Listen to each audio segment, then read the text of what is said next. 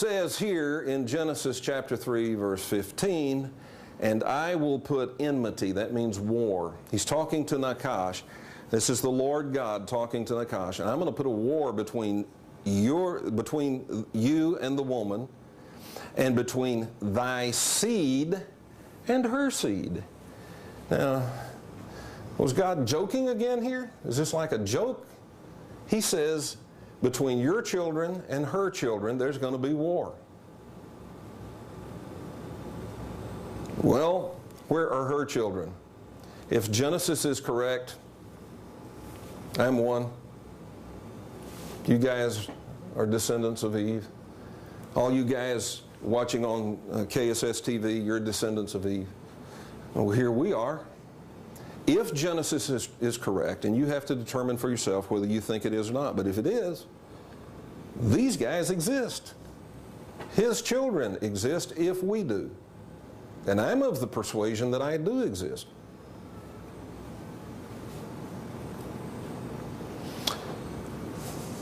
If Eve has living offspring, so does Nakash, or Genesis is wrong. You may determine that you think Genesis is fiction. Good enough.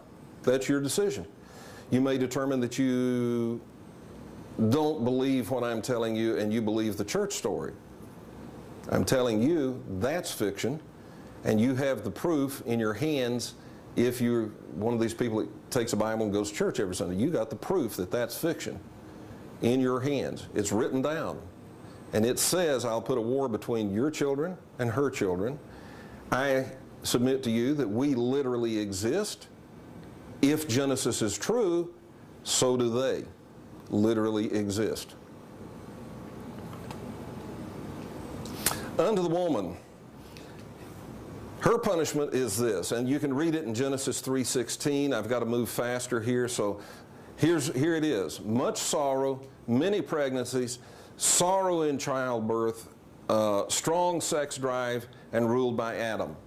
How many of the women in the world today would say that their life is much sorrow, many pregnancies, sorrow in childbirth, a strong sex drive, and ruled over by a man? I can tell you there's not too many women in Western society that fit this description. Maybe one or two of those, but you don't have the whole list, okay? All right, let's see what happens to Adam. Adam's in trouble. He was made to be a farmer, so the ground is cursed, and it says, for your sake. For you, just for you, the ground is cursed. You're not going to be able to grow anything. Hard toil, barely going to be able to make it. He's dead tired. His wife has a sex drive in road gear, and he's got more kids than he can feed. Does Al Bundy sound familiar? Nothing works, and he's just got family problems. That's Adam. How do I know that applies only to Adam? Because it says so right here. It says in his curse, the ground is cursed. Cursed is the ground for thy sake. Then he had two sons later on, and his two sons are Cain and Abel. Cain was a farmer, and a prosperous farmer, and it says so. So it was only for Adam, okay? They all got in trouble. Okay, now this is where most people think along these lines whenever we talk about Adam and Eve being evicted from the Garden of Eden. And the standard story is they got evicted because they sinned. This is the fall of man. They sinned. And as a result of that fall, they were cast out of the garden. But let me ask you, what does Genesis say? Well, according to Genesis, that's not the case at all. According to Genesis, I know according to your church it is, but according to Genesis, that isn't what happened. According to Genesis, it says in chapter 3, verse 22, and the Lord God said, behold, the man is become as one of us. And again, as is not there. The man has become one of us. What are us? What's he talking about? Elohim. The man has become Elohim.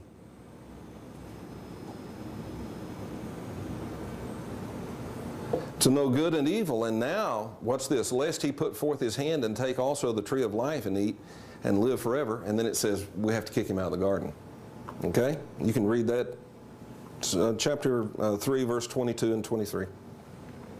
As is not there, the man is become one of us. Now that's a picture of the Sumerian version of the tree of life. And what you have in this is a central pole and then just a mass of entwined double helixes. It's not just two. The symbol for man, the Sumerian symbol for man, is two snakes around a pole. We have two strands of DNA that are active. This is a whole bunch of strands of DNA.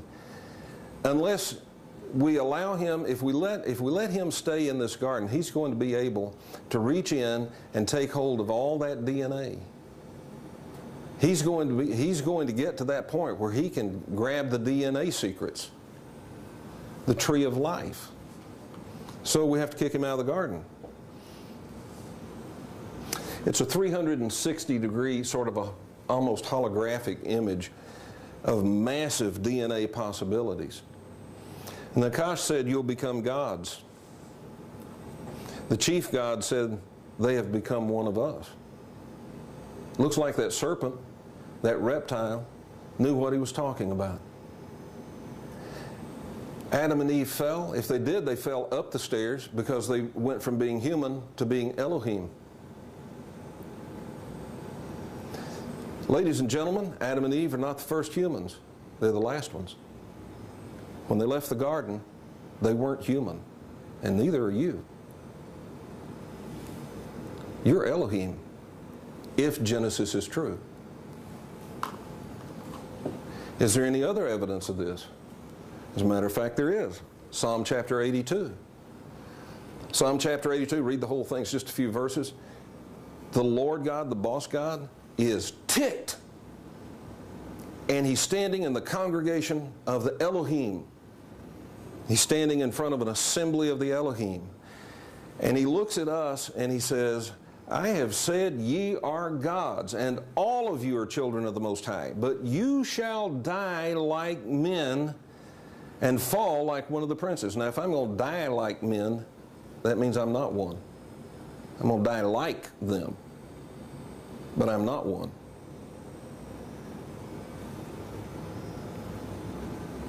Does that make sense? And he says, I've said, you are Elohim. You are Elohim. Where did he say it? Just read it back over there in Genesis, didn't I?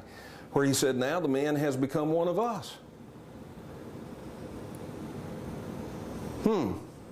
Is that the only evidence we have? No, as a matter of fact, we've got some more evidence that you are gods. You are Elohim.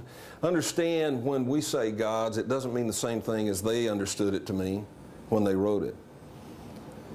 When they wrote gods, it meant a superior race, not just humans, way above humans. And you are not human if Genesis is correct.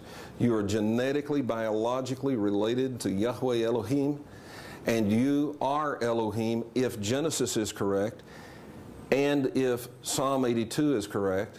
And then, well, yeah, but you know, people kind of fudge with things, and you know, I hear people say this, we live in New Testament times. Okay, good enough, let's go there. John chapter 10, verse 34. Jesus is in trouble with the religious leaders because he is not a religionist. And he's all the time calling their hand. And he's outside the city, and the religious leaders come to him, and they start picking up stones. They're going to throw stones at him and kill him. And basically he says this, hang on, guys. I've done a lot of good works around here in my Father's name. Now, for which of these do you want to kill me? And they said, well, it's not because of that. It's because you make yourself out to be a god.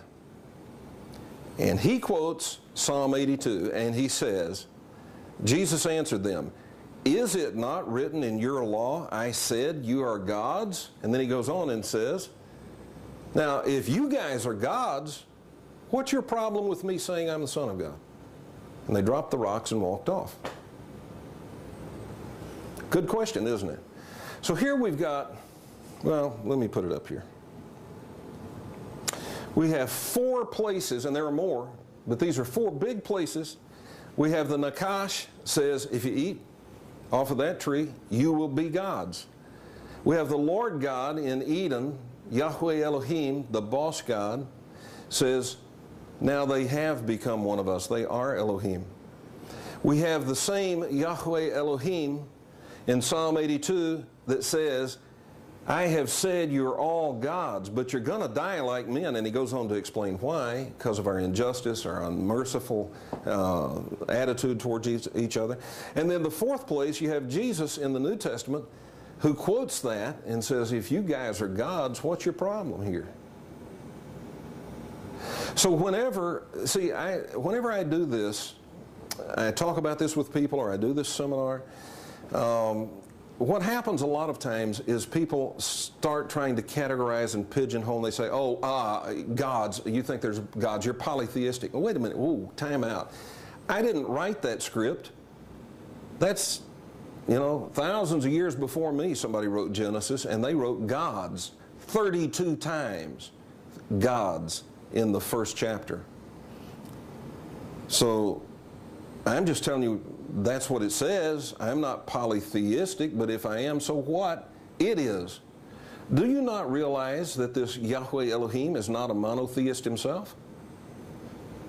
Don't you remember when I dealt with that thing about the first commandment, the 10 commandments? The very first one says, thou shalt have no other gods before me.